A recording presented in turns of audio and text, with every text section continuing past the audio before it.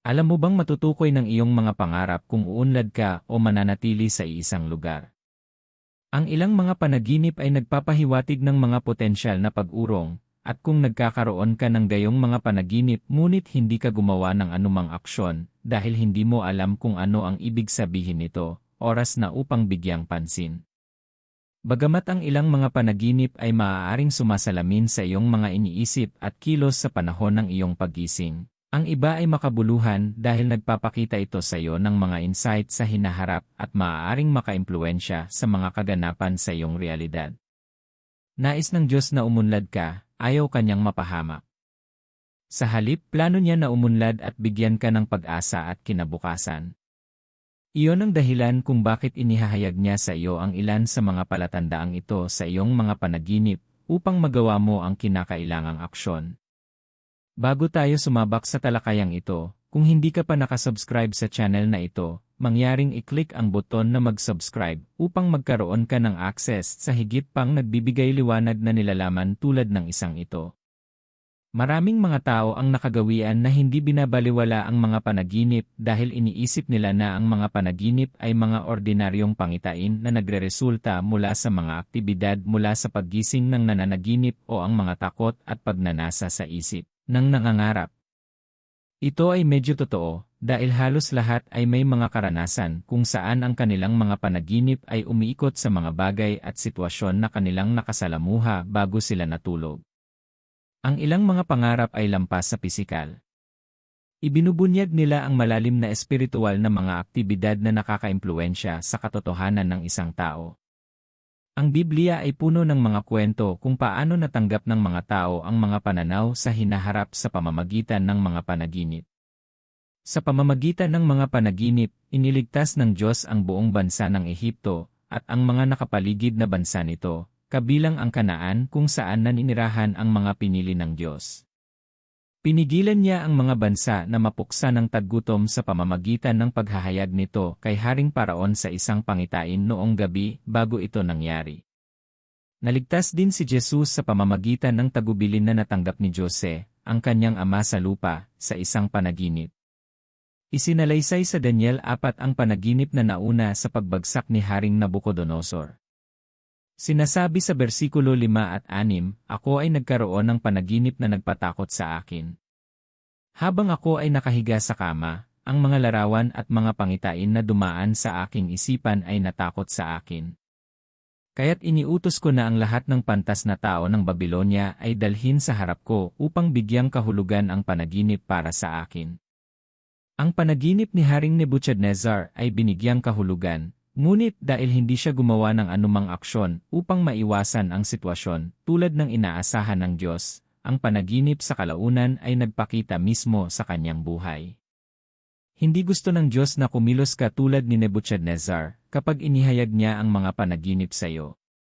Ang kanyang layunin sa paglalahad ng mga pangarap tungkol sa mga hindi kasiyasyang sitwasyon sa iyo bago ito mangyari ay hindi upang ipahayag ang hindi maibabalik na kapahamakan sa iyong buhay. Sa halip, ipinakita niya ang mga ito sa iyo upang makagawa ka ng aksyon upang maiwasan ang mga ito na mangyari. Ngayon suriin natin ang ilang mga panaginip na nagpapahiwatig ng pagwawalang kilos at tuklasin kung paano maiwasan ang kanilang pagpapakita sa iyong buhay. Numero 1, panaginip ng pakiramdam na paralisado o hindi makagalaw.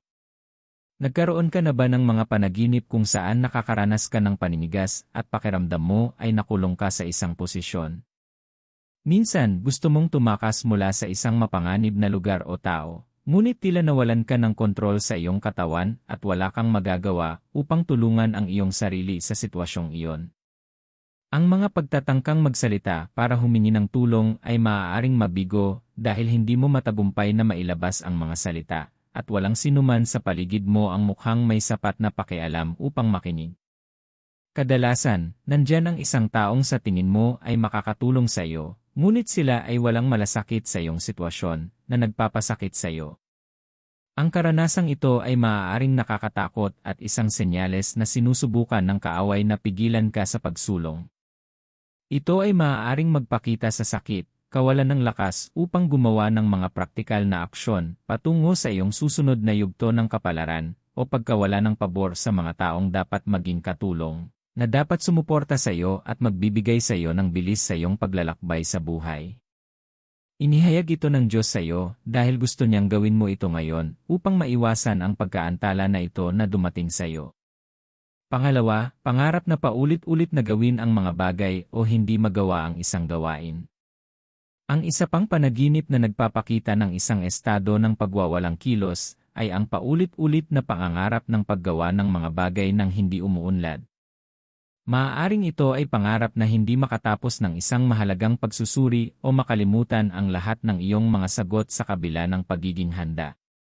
Maaaring ito ay ang pangarap na sinusubukan mong maabot ang isang lugar na medyo pamilyar sa iyong paggising sa buhay. Ngunit tila hindi mo mahanap ang iyong paraan sa paligid ng lugar sa iyong mga panaginip o ang kapaligiran ay nagbabago sa ibang bagay pagdating mo doon. Maaari rin itong pangarap na maging walang alam tungkol sa pagsisimula ng isang simpleng gawain na pumipigil sa iyo na magawa ito. Ang ganitong uri ng panaginip ay nagreresulta sa matinding damdamin ng pagkabalisa at pagkabigo. Ang mga ito ay maaaring mga palatandaan na ang mga binhi tulad ng takot, pagpapaliban, o kahinaan ay inihahasik sa iyong buhay upang pigilan ang iyong pag-unlad. Numero 3, mga pangarap ng mga saradong pinto. Mahalaga ang mga pintuan dahil nagbibigay sila ng access sa mga lugar. Ang mga pintuan ay mga access point o tanda ng pagkakataon. Kapag ang isang pinto ay bumukas, ikaw ay pinapasok sa isang bagong lugar o malapit nang pumasok sa isang bagong dimensyon ng pagpapala. Ngunit kung natagpuan mo ang iyong sarili sa mga panaginip kung saan nakakulong ka sa isang lugar na sinusubukang humanap ng labasan, o isang pinto ang nagsara laban sa iyo habang sinusubukang makapasok, ang panaginip na ito ay senyales ng pagkakaroon ng bara sa iyong daan na naglalayong pigilan ka sa pagsulong sa pagkawala ng mga pagkakataon. Kapag ang isang pinto ay nakasara, ikaw ay natigil sa parehong lugar. Ito ay nagpapahiwatig ng pagwawalang kilos. Number 4, mga pangarap na nawawala ang mahahalagang appointment o transportasyon.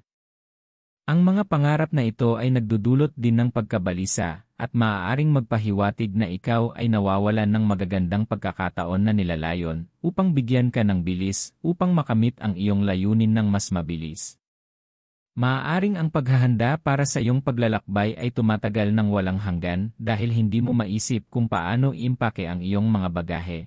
At nang sa wakas ay nagawa mo na at lumabas na mismo ang iyong bus, tren, paglipad, o isang mahalagang appointment sa isang tao. Ang mga pangarap na tulad nito ay nagpapakita sa pamamagitan ng pagkakaroon ng mga hadlang na gagawing hindi ka handa para sa magagandang pagkakataon na nagreresulta sa pagkawala ng mga pagkakataong iyon. Numero 5, mga pangarap tungkol sa pagbalik sa mga lumang lugar at makita ang mga namatay na mahal sa buhay. Kapag mayroon kang mga panaginip tungkol sa pagbabalik sa mga lumang apartment, lugar ng trabaho, o silid-aralan, o mga panaginip tungkol sa pakikipag-ugnayan sa mga namatay na kamag-anak, kaibigan, o kasamahan na parang buhay pa, ito ay isang tagapagpahiwatig ng isang potensyal na pag-urong na naglalayong isara ang iyong isip laban sa pag-unlad. Ang pagbabalik sa isang lumang pamumuhay sa iyong mga panaginip ay nangangahulugan ng pagbabalik o pagiging nakatali sa nakaraan. Ibinunyag ng Biblia ang stagnant na kalagayan ng mga Israelita. Sila ay tumahimik dahil sa kanilang paghihimagsik, ngunit ang Diyos ay hindi nasiyahan sa kanilang pagtigil. Sinasabi ng Deuteronomio 2:1-3. Pagkatapos ay bumalik kami at naglakbay patungo sa ilang sadaan patungo sa dagat na pula, gaya ng iniutos sa akin ng Panginoon. Sa loob ng mahabang panahon ay lumibot kami sa burol ng Seir. Nang magkagayoy sinabi sa akin ng Panginoon, matagal mo nang nilibot ang bundok na ito, lumiko ka sa hilagaan. Ang pagwawalang kilos ay hindi mula sa Diyos, dahil ang Biblia ay nagpapatunay na ang bawat mabuting regalo ay mula sa Diyos, ang Ama ng makalangit na mga liwanag. Sinasabi ng Kawikaan 4:18, ngunit ang landas ng matuwid ay parang liwanag ng bukang liwayway, na nagliliwanag ng higit at mas maliwanag hanggang sa buong araw. Sa pamamagitan ng pagtubos, ikaw ay katuwiran ng Diyos kay Kristo Jesus, kaya't ang iyong landas ay itinalaga upang patuloy na magliwanag hanggang sa wakas. Ito ay nagpapahiwatig na ikaw ay natubos para sa walang katapusang pag-unlad. Sa makatuwid, hindi sumang-ayon sa pag-isip na nais ng Diyos na makita ka sa parehong lugar magpakailanman. Malinaw ang paninindigan ng Diyos, sumulong. Kaya't anumang iba pang katotohanan bukod dito ay mula kay Satanas at dapat kang tumugon. Ang kanyang diskarte ay impluwensyahan ka na gumawa ng mga hakbang upang manatili ka sa antas na higit pa sa plano ng Diyos. Posibleng makaranas ng pagwawalang kilos sa iba't ibang aspeto ng iyong buhay. Maaaring ito ay espiritual, pinansyal, emosyonal, o pisikal. Ang espiritual na pagwawalang kilos ay kritikal dahil ang espiritual na kalagayan ng isang tao ang nagtatakda ng tono para sa kanilang buhay. Ang mga taong walang pagbabago sa espiritual ay nakakaranas ng pagkawala ng interes sa mga aktibidad na nag-ugnay sa kanila sa Diyos. Nawawalan sila ng interes sa panalangin at salita ng Diyos at nagsasagawa sila ng mga gawaing panrelihiyon bilang mga gawain nang hindi inilalaan ang kanilang mga puso sa kanila. Ang espiritual na pagwawalang kilos ay humahantong sa kawalang bunga sa ministeryo, kawalan ng sensitivity sa pamumuno ng Diyos, at walang hanggang pagpapakasasa sa kasalanan. Inilalarawan ng Diyos ang espiritual na pagwawalang kilos bilang pagiging maligamgam. Ito ay isang estado na labis na hindi nakalulugod sa Diyos, at sinabi niya na iluluran niya ang gayong mga tao sa kanyang bibig, na nangangahulugan na sila ay maiiwang walang pagtatanggol laban sa dyablo. Ang isang ugali ng patuloy na pagsuway sa salita ng Diyos ay gumagawa ng taong masuwayin na ganap na walang malasakit sa tinig ng Diyos hanggang sa hindi na nila ito marinig. Si Judas Iscariote ay nasa isang estado ng espiritual na pagwawalang kilos sa panahon ng makalupang ministeryo ni Jesus. Nakinig siya sa salita ni Jesus na may kapangyarihang magbago ng kanyang isipan, ngunit pinili niyang maging tumitigil sa pamamagitan ng paghawak sa kasakiman at kasakiman hanggang sa mawasak siya ng dyablo. Isinulat ni Apostol Pablo sa Hebreo 5:11-12. Tungkol dito marami kaming gustong sabihin, at mahirap ipaliwanag dahil naging manhid na kayo sa pandinig. Sapagkat sa panahong ito ay nararapat na kayong maging mga guro, kailangan niyong magturo muli sa inyo ng mga pangunahing alituntunin ng mga orakulo ng Diyos. Gatas ang kailangan niyo, hindi matigas na pagkain. Ang talatang ito ay naglalarawan ng espiritual na pagwawalang kilos. Ang mga mananampalataya na ito ay dapat na mga guro, ngunit pinakain pa rin ang gatas ng salita. Hinihila mo rin ba ang iyong espiritual na kapanahunan? Panahon na para mag-isip at gumawa ng mga pagbabago.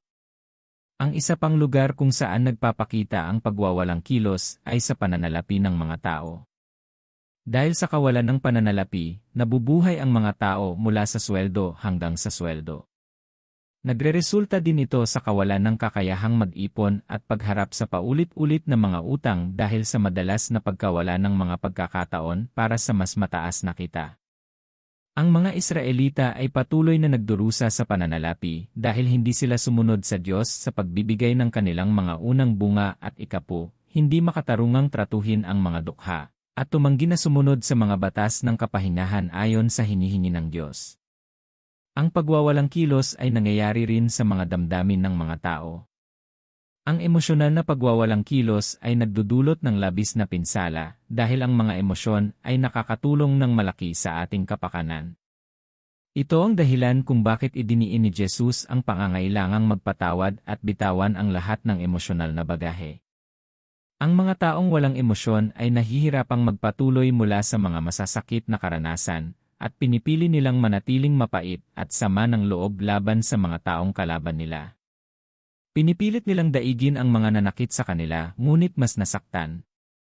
Si Absalom, na ang kapatid na babae ay pinagmalupitan ni Amnon, ay nasa isang estado ng emosyonal na pagwawalang kilos sa napakatagal na panahon. Siya ay nagpanggap na tahimik habang siya ay nag-ingat ng matinding hinanakit laban kay Amnon, at marahil sa kanyang ama, sa pagtanggi na gumawa ng anumang bagay para sawayin si Amnon. Nagsimula siya sa pagpatay sa kanyang kapatid na si Amnon at pagkatapos ay gumawa ng pagtataksil laban kay David, ang kanyang ama. Nang maglaon, namatay si Absalom sa kanyang walang hanggang kapaitan. Ang pinakahalatang lugar kung saan nangyayari ang pagwawalang kilos ay sa pisikal. Madaling sabihin na ang isang tao ay stagnant kapag nananatili sila sa parehong antas na dati nilang naging. Maaaring ito ay sa pamamagitan ng pananatili sa parehong hindi komportableng kapaligiran sa loob ng mahabang panahon, tulad ng mga Israelita sa ilang. Maaaring ito ay ang kawalan ng kakayahang sumulong sa mga negosyo ng isang tao o pagkakaroon ng isang makabuluhan at paulit-ulit na hamon sa kalusugan, tulad ng tao sa pool ng Bethesda na pinigilan ng paralisis sa loob ng 38 taon. Ang pagwawalang kilos ay hindi lamang tungkol sa kawalan ng aktibidad, ngunit hindi makagawa ng makabuluhang pag-unlad o pagbabago sa kabila ng lahat ng mga pagtatangka na maging mas mahusay. Ito ay isang hindi kasiyasyang karanasan, kadalasang sinasamahan ng sakit, pagkabigo, at kawalan ng pag-asa. Likas na lumaki ang mga buhay na nilalang, lalo na ang mga tao. Ngunit kapag may nangyaring salungat sa paglago o pag-unlad, ang mga tao ay nagsisimulang mag-alala at maghanap ng mga posibleng paraan para maalis ito. Nagkaroon ka na ba ng alinman sa mga panaginip na ito na nagpapahiwatig ng pagwawalang kilos? O nakaranas ka na ba ng sunod-sunod na mga pag-urong sa alinmang bahagi ng iyong buhay? Kung dapat mong bantayan ang alinman sa mga sumusunod na posibleng dahilan ng pagwawalang kilos at kumilos upang labanan ang mga ito kaagad. Ang isang pangunahing dahilan ng pagwawalang kilos ay ang kasalanan. Inihihiwalay ng kasalanan ang mga tao sa Diyos at inaalis ang takip ng pagbabantay ng Diyos sa kanilang buhay. Nagbibigay ito ng akses sa dyablo upang itanim ang masamang binhi ng pagwawalang kilos sa kanilang buhay. Ang mga Israelita ay nakaranas ng pagtigil sa kanilang paglalakbay patungo sa lupang pangako dahil sa kasalanan. Ang isang paglalakbay na sinadya upang maging maikli at madali ay naging mahaba, mahirap, at malungkot dahil nagpakasasa sila sa mga kasalanan ng kawalan ng pananampalataya at paghihimagsik laban sa Diyos. Pinagtitibay ng Biblia na imposibleng palugdan ang Diyos ng walang pananampalataya, at nakikita ng Diyos ang paghihimagsik sa parehong liwanag ng kasalanan ng panghuhula at idolatriya. Hindi kinalugdan ng mga Israelita ang Diyos sa pamamagitan ng kanilang walang hanggang kasalanan ng kawalan ng pananampalataya at idolatriya. Palagi nilang ipinahayag ang kanilang kawalan ng pananampalataya sa pamamagitan ng pag-ungol na nagnanais na bumalik sa Ehipto, kung saan ipinakita ng Diyos ang gayong dakilang kapangyarihan upang iligtas sila. Hindi nila kinalugdan ng Diyos sa kaunting senyales ng kakulangan sa ginhawa. Ito ay humantong sa kanilang pagkawala ng pabor at lakas ng Diyos na nagbigay sa kanila ng bilis, at ang Diyos ay nagpahayag ng paghatol ng pagkaantala at pagwawalang kilos sa kanila. Isang paglalakbay na nilayon na tumagal ng ilang araw na umaabot sa mga taon. Ito ay nagpapakita kung gaano mapangwasak ang kasalanan. Hinahatulan ng Diyos ang kasamaan, at ang kasalanan ay maaaring maging sanhi ng pagtigil na iyong nararanasan. Gayunpaman, tinitiyak sa atin ng salita ng Diyos ang awa ng Diyos. Sa 2 Kronika 7 versikulo 14 na, sinasabi, kung ang aking mga tao na tinatawag sa aking pangalan ay magpapakumbaba at mananalangin at hanapin ang aking mukha at talikuran ang kanilang masamang mga lakad, sa gayon ay didinggin ko sa langit at patatawarin ko ang kanilang kasalanan at pagagalingin ko ang kanilang lupain. Nangako ang Diyos na unang dininig, ibig sabihin kailangan mong manalangin. Pagkatapos ay sinabi niya na patatawarin niya. Nangangahulugan ito na kailangan mong magsisi at humingi sa Kanya ng kapatawaran sa panalangin. Ang paglalakbay ni Jonas ay nagambala at naantala nang hindi niya sinunod ang utos ng Diyos na babalaan ang mga Ninevita sa kanyang intensyon na parusahan ang kanilang mga kasalanan. Sa kanyang pagkakakulong, naunawaan ni Jonas ang kanyang pagkakamali at humingi ng tawad sa Diyos. Pinatawad siya ng Diyos at maaari siyang sumulong muli. Sinabi ng Diyos na pagagalingin niya ang iyong lupain mula sa pagwawalang kilos kung magsisi ka at tatalikuran ang iyong kasalanan. Ang isa pang dahilan ng pagwawalang kilos ay ang hindi pagpapatawad at paghawak sa nakaraan. Ang Biblia ay banayad na nagtuturo ng aral na ito sa pamamagitan ng karanasan ni Job sa kanyang mga kaibigan sa panahon ng kanyang mga pagsubok. Ang kanyang mga kaibigan ay nagsabi ng mga kakilakilabot na bagay tungkol sa kanya sa halip na aliwin siya. Nang naisin ng Diyos na ibalik ang lahat ng nawala kay Job, pinanalangin niya si Job para sa kanyang mga kaibigan. Ito ay upang ipahiwatig na si Job ay hindi pinanghahawakan ang masasakit na mga bagay na sinabi ng kanyang mga kaibigan sa panahon ng kanyang mga pagkabigo. Nanalangin siya para sa kanila ng walang sama ng loob, at pinatawad ng Diyos ang kanyang mga kaibigan at pinanumbalik din siya. Sinasabi ng Job 42:8 at 1:0, kaya ngayon, kumuha kayo ng 7 toro at 7 tupa at pumunta kayo sa aking lingkod na si Job at maghain kayo ng handog na susunugin para sa inyong sarili. Ang aking lingkod na si Job ay mananalangin para sa inyo, at aking tatanggapin ang kanyang panalangin, at hindi ko gagawin sa inyo ang ayon sa inyong kahangalan. Hindi kayo nagsalita ng katotohanan tungkol sa akin, gaya ng aking lingkod na si Job. Matapos ipagdasal ni Job ang kanyang mga kaibigan, ibinalik ng Panginoon ang kanyang kayamanan at binigyan siya ng doble kaysa sa dati. Ang kilos ng pagpapatawad ni Job ay nauna sa kanyang paglaya mula sa pag-urong. Ang paghawak sa mga nakaraang sakit ay nagpapait sa iyong puso, at ipinipikit ang iyong mga mata laban sa mga bukas na pintuan na inilagay ng Diyos sa iyo. Ito marahil ang dahilan kung bakit nahanap mo ang iyong sarili sa mga lumang lugar sa iyong mga panaginip, at ang pagpapakita nito ay tumagos sa iyong katotohanan na nagiging sanhi ng pagwawalang kilos sa iyong buhay. Alam mo ba na ang sobrang paghawak sa mga nakaraang tagumpay ay maaari ding maging sanhi ng pagwawalang kilos sa iyong buhay? Ang paghawak sa nakaraan ay hindi lamang nagpapahiwatig ng pagtanggi na pakawalan ang mga negatibong bagay. Nangangahulugan din ito ng pag-iingat sa iyong mga mata sa kung gaano kalaki ang iyong naabot sa nakaraan at pagiging nasiyahan ng labis na ang mga prospect ng tagumpay sa hinaharap ay hindi nakikita sa iyo. Ang Filipos 3:13 at 14 na ay naghahayag ng sikreto ng walang hanggang pagsulong ni Pablo sa ministeryo. Sinasabi nito, mga kapatid, hindi ko pa iniisip ang aking sarili na nahawakan ko na ito. Ngunit isang bagay ang ginagawa ko, ang paglimot sa kung ano ang nasa likod at pilit patungo sa kung ano ang nasa unahan. Bagamat magandang kilalanin at ipagdiwang ang bawat isa sa iyong mga panalo, hindi nais ng Diyos na makarating ka sa isang estado ng kasiyahan o maupo sa iyong comfort zone. Nais niyang buksan mo ang iyong puso upang makatanggap ng biyaya para sa higit pang mga kahanga-hangang pagsasamantala. Nais ng Diyos na mas lumago ka sa iyong espiritual na lakad, karera, pananalapi, at bawat iba pang bahagi ng iyong buhay. Sa Genesis 20, isiniwalat ng Biblia ang isa pang dahilan ng pagwawalang kilos, pagkakasala laban sa iba. Ang isang kilalang kasalanan na patuloy na hinahatulan ng Diyos sa mga Israelita ay ang pagmamaltrato sa mga balo at ulila sa kanilang mga komunidad. Ang Diyos ay nagnanais ng awa at pagiging patas mula sa mga tao, at lagi siyang hindi nasisiyahan kapag sinuman ang nanloloko o nagmamaltrato sa iba.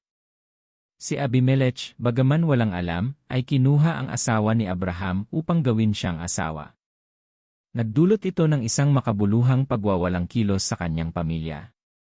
Ang lahat ng babae sa kanyang sambahayan ay naging baog dahil sa maling ginawa kay Abraham. Sinasabi ng Genesis 20:17-18, pagkatapos ay nanalangin si Abraham sa Diyos, at pinagaling ng Diyos si Abimelech, ang kanyang asawa, at ang lahat ng kanyang aliping babae upang sila ay magkaanak muli. Sapagkat pinigilan ng Panginoon ang lahat ng babae sa sambahayan ni Abimelech na magbuntis dahil sa asawa ni Abraham na si Sarah. Inalis ng Diyos ang kabiguan sa sambahayan ni Abimelech pagkatapos niyang ibalik ang kanyang maling gawa laban kay Abraham. Inaalisan mo ba ang mga tao ng kanilang mga legal na karapatan? Inaantala mo ba ang pagbabayad ng sahod ng iyong mga manggagawa dahil may kapangyarihan kang gawin ito? Kasangkot ka ba sa anumang aktibidad na tumatanggi sa mga legal na karapatan ng mga mahihina at walang pagtatanggol sa iyong lipunan? Anumang maling nagawa laban sa iba ay maaaring magdulot ng pagwawalang kilos sa iyong buhay, dahil ang Biblia ay nagsasabi na ang sigaw ng mga inaapi ay umaakyat sa Diyos, at hindi siya magiging walang malasakit sa mga luhang iyon. Ang gayong mga pagkakamali ay maaaring makahadlang sa iyong pagsulong, dahil hindi papansinin ng Diyos ang kasamaan. Kung nakagawa ka ng anumang mali laban sa sinuman, nais ng Diyos na ibalik mo ang mga maling nagawa sa iba, gaya ng ginawa ni Zaccheo. Ibalik ang inalis mo sa kanila at humingi ng paumanhin sa pananakit na naidulot mo sa kanila sa mga maling aksyon mo laban sa kanila. Habang ginagawa mo ito, bibigyan ka ng Diyos ng pag-unlad at aalisin ang pagwawalang kilos sa iyong buhay. Ang pagwawalang kilos ay maaari ding magresulta mula sa mga negatibong pahayag na ginawa sa buhay ng isang tao. Ang mga salita ay makapangyarihan, at ang dyablo ay nalulugod sa pagbabago ng mga negatibong salita sa mga mapanganib na sandata upang sirain ang buhay ng mga tao. Pinalitan ni Jacob ang pangalan ng kanyang huling anak mula sa Ben-Oni, na nangangahulugang anak ng aking kalungkutan, tungo kay Benjamin, anak ng aking lakas. Naunawaan niya ang mga implikasyon ng mga negatibong salita at agad na binawi ang mga ito. Kung wala ang interbensyon na ito, ang buhay ni Benjamin ay maaaring napuno ng kalungkutan ng pagwawalang kilos. Mukhang hindi gaanong pinalad si Jabez na magkaroon ng ganoong maagang interbensyon sa kanyang kaso na maaaring kapareho ng sayo. Pinangalanan siya ng kanyang inanapain, at ang kinahinatnan niyan ay isang walang tigil na buhay na nagdulot sa kanya ng labis na sakit at kahihiyan. Ang magandang balita ay magagawa mo ang ginawa ni Jabez. Nagdasal siya. Sinasabi ng 1 Kronika 4:1-0, higit na marangal si Jabez kaysa sa kanyang mga kapatid. Pinangalanan siya ng kanyang ina na Jabez na sinasabi, isinilang ko siya sa sakit. Sumigaw si Jabez sa Diyos ng Israel, "O, naway pagpalain mo ako at palakihin ang aking teritoryo. Sumainyo nawa ang iyong kamay at ingatan ako ng Diyos sa kapahamakan upang ako ay mawalan ng sakit." Kung nakakaranas ka ng pagwawalang kilos dahil sa anumang negatibong pahayag sa iyong buhay, hindi mo kailangang isulat ang iyong sarili bilang tiyak na mapapahamak magpakailanman. Sa halip, maaari kang manalangin sa Diyos para sa kaligtasan, tulad ng ginawa ni Jabez. Inalis ni Jesus ang ating mga sumpa sa pamamagitan ng kanyang kamatayan sa krus, at maaari mong buhayin ang iyong pagpapalaya mula sa pagwawalang kilos sa pamamagitan ng mga panalangin ng pananampalataya. Inaatake din ng dyablo ang mga anak ng Diyos nang may pagtigil upang bigin sila at pahinain ang kanilang pananampalataya sa Diyos. Ito ang sinubukan niyang gawin sa buhay ni Daniel. Si Daniel ay nanalangin at nakakuha ng agarang mga sagot mula sa Diyos, ngunit ang dyablo ay nagpadala ng prinsipe ng Persya, isang demonyong kapangyarihan, upang labanan ang mensahero ng Diyos na ipinadala upang magbigay ng mga sagot kay Daniel. Ang paglaban na ito ay tumagal ng 21 araw hanggang sa ipadala ang anghel na si Michael upang tulungan siya. Ang pagtatangka ng dyablo na panghinaan ng loob si Daniel ay nabigo ng malungkot dahil ang pagtatagpo ay hindi nagpayanig sa kanyang pananampalataya. Maaaring nagdarasal ka tulad ni Daniel, ngunit sa tingin mo ay pinabayaan ka ng Diyos o sinentensyahan ka sa pagtigil. Ang pagkaantala na iyong nararanasan ay bahagi ng pakana ng dyablo upang pahinain ang iyong pananampalataya. Tulad ni Daniel, dapat kang patuloy na magtiwala sa Diyos nang may katiyakan na mahal ka ng Diyos at maaari niyang kanselahin ang pagwawalang kilos sa iyong buhay. Kung ang mga sagot sa iyong mga panalangin ay naantala, patuloy na magtiwala na siya ay naghahanda na ibigay sa iyo ang pinakamahusay. Kung tumanggi ang Diyos sa iyong kahilingan, siguraduhin may mas magandang opsyon siya para sa iyo. Kaya huwag mawalan ng pag-asa. Ang buhay ni Job ay nagpapakita ng katulad na halimbawa ng katatagan at pananampalataya. Malinaw na ang misyon ng dyablo sa simula pa lang, gusto niyang patunayan na si Job ay isang kaibigan sa tamang panahon na nakatuon sa kaluguran ng Diyos dahil mayroon siyang madali at progresibong buhay. Pagkatapos ay nagpasya siyang magtanim ng mga pag-urong sa kanyang buhay na nagdulot sa kanya ng halos lahat ng mayroon siya. Sa kabila ng kanyang pisikal na mga pag-urong at pagiging walang pagbabago, si Job ay malakas sa espiritual. Ipinakikita nito ang kahalagahan ng pananatiling malakas sa espiritual. Tiyakin na ikaw ay mapagbantay at madasalin. Ang iyong espiritual na lakas, na ibinigay sa pamamagitan ng biyaya ng Diyos, ay tumutulong sa iyong tumayong matatag laban sa pagtatangka ng dyablo na pahinain o sirain ka. Ang karanasan ni Abraham sa Biblia ay tumutukoy din sa posibilidad na ang iyong estado ng pagwawalang kilos ay maaaring mula sa Diyos upang ihanda ka para sa isang magandang kinabukasan. Maaaring tinuturuan ka ng Diyos na magkaroon ng ganap na pananampalataya sa Kanya, at inilalagay niya ang iyong kasalukuyang kalagayan ng pagwawalang kilos upang ihanda ka na magkaroon ng kapasidad na matanggap ang napakalaking pagpapalang nais niyang ibigay sa iyo. Hindi nais ng Diyos na matigil ka sa anumang bahagi ng iyong buhay. Ang mensaheng ito ay darating sa iyo ngayon dahil handa ang Diyos na ilabas ka sa hindi kasiyasyang kalagayan ng pagwawalang kilos. Nais niya na ikaw ay umunlad at maging malusog. Bilang anak ng Diyos, huwag mong hayaang matakot sa anumang panaginip. Sa halip, dalhin ang mga panaginip na iyon sa Diyos sa panalangin at hilingin sa Kanya na bigyan ka ng isang perpektong interpretasyon. Dahil siya ay isang Diyos na alam ang lahat na hindi pananatilihin ang Kanyang mga anak at kaibigan sa dilim tungkol sa kung ano ang Kanyang gagawin. Kung nahaharap ka sa pagwawalang kilos sa anumang bahagi ng iyong buhay, suriin ang iyong buhay at siguraduhing walang kasalanan na pinanghahawakan mo. Kung mayroon man, pagsisihan ito dahil ang dyablo ay magpapalaki nito bilang isang kasangkapan ng paghihirap. Manalangin sa Diyos ng may pananampalataya pagkatapos matiyak na wala kang anumang kasalanan. Ang iyong matuwid na panalangin ay makapangyarihan at mabisa, kaya't lumapit sa trono ng Diyos ng may katapangan at humingi sa Diyos ng kaligtasan. Ang iyong mga salita at mga pag-amin ay mahalaga sa anumang sitwasyon na makikita mo sa iyong sarili. Kung ang iyong sitwasyon ay napakalaki na nahihirapan kang magsabi ng isang bagay na positibo, manahimik at huwag gawin ang iyong pananalita bilang kasangkapan para sa kalaban. Sabihin ang pangako ng Diyos sa bawat negatibong sitwasyon ng iyong buhay.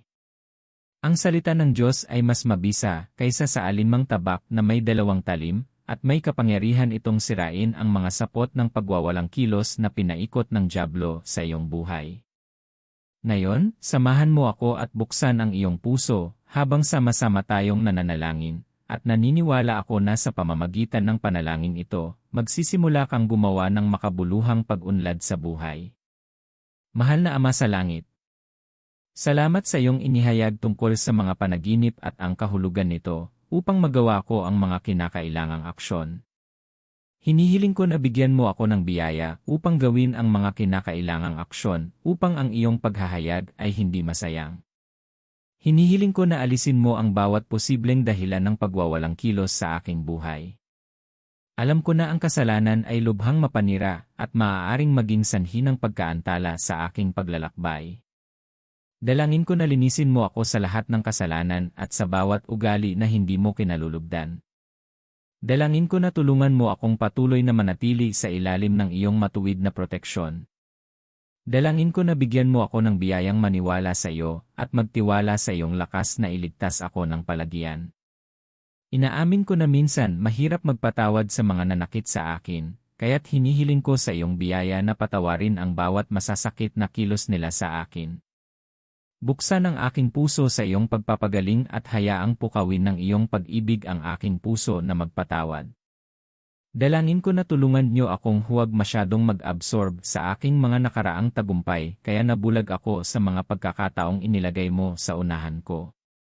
Dalangin ko na tulungan mo akong matupad ang iyong hangarin para sa aking walang hanggang paglago. Ama, ninanais mo ang katarungan at awa, kaya tulungan mo akong mamuhay ng isang buhay na nagpapahayag ng mga makadiyos na bertud na ito. Dalangin ko na buksan mo ang aking mga mata sa anumang pagkakamaling nagawa ko upang makasakit ng iba at tulungan akong makabawi kaagad. Hinihiling ko na bigyan mo ako ng biyaya na gawin ang lahat sa abot ng aking makakaya upang matulungan ang mga inaapi at mahihirap na tao sa aking lipunan. Mangyaring gawin akong isang mapagkukunan ng kaginhawaan sa kanila. Panginoon, tinitiyak sa akin ng iyong salita na inalis ni Jesus ang aking mga sumpa sa pamamagitan ng kanyang kamatayan sa krus. Tanggalin ang bawat negatibong pahayag laban sa aking buhay at sabihin ang iyong mga salita ng pagpapagaling at pagpapalaya sa aking buhay. Hinihiling ko na tulungan mo akong tumayo ng malakas laban sa mga gawa ng dyablo upang manipulahin ako sa pamamagitan ng pagwawalang kilos. Hinihiling ko na tulungan mo akong maging matatag sa aking pananampalataya, tulad ni Job, upang ako ay magtagumpay. Natutunan ko rin na maaari mo akong ihanda na tumanggap ng isang malaking pagpapala sa pamamagitan ng tila hindi nagbabagong sitwasyon. Hinihiling ko na bigyan mo ako ng biyaya na maging matyaga at matatag habang hinihintay ang iyong pagpapala. Ama, alam kong may kapangyarihan ka sa bawat sitwasyon, kaya hinihiling ko na iyong putulin ang pamatok ng pagwawalang kilos sa aking buhay. Hinihiling ko na tulungan mo akong umunlad sa aking paglalakad kasama ka, sa aking pananalapi, at sa bawat iba pang aspeto ng aking buhay. Idinadalangin kong ibalik mo ang aking mga nawalang panahon tulad ng ginawa mo sa buhay ni Job. Hinihiling ko rin na buksan mo ang aking mga mata sa mga bahagi ng aking buhay kung saan kailangan kong kumilos upang tulungan ang aking paglaki.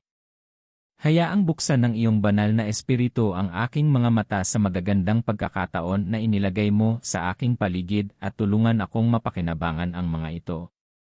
Ihanda ako ng sapat para sa aking bagong panahon ng pag-unlad at hayaang magsimulang mahayag ang aking paglaki ngayon. Salamat sa pagdinig ng aking panalangin sa pangalan ni Jesus. Amen. Kung nabiyayaan ka ng video na ito, pakihit ang like button. Gayon din, tandaan na mag-subscribe sa channel na ito para sa higit pang mga nakaka-inspire na mensahe. Salamat at pagpalain ka ng Diyos.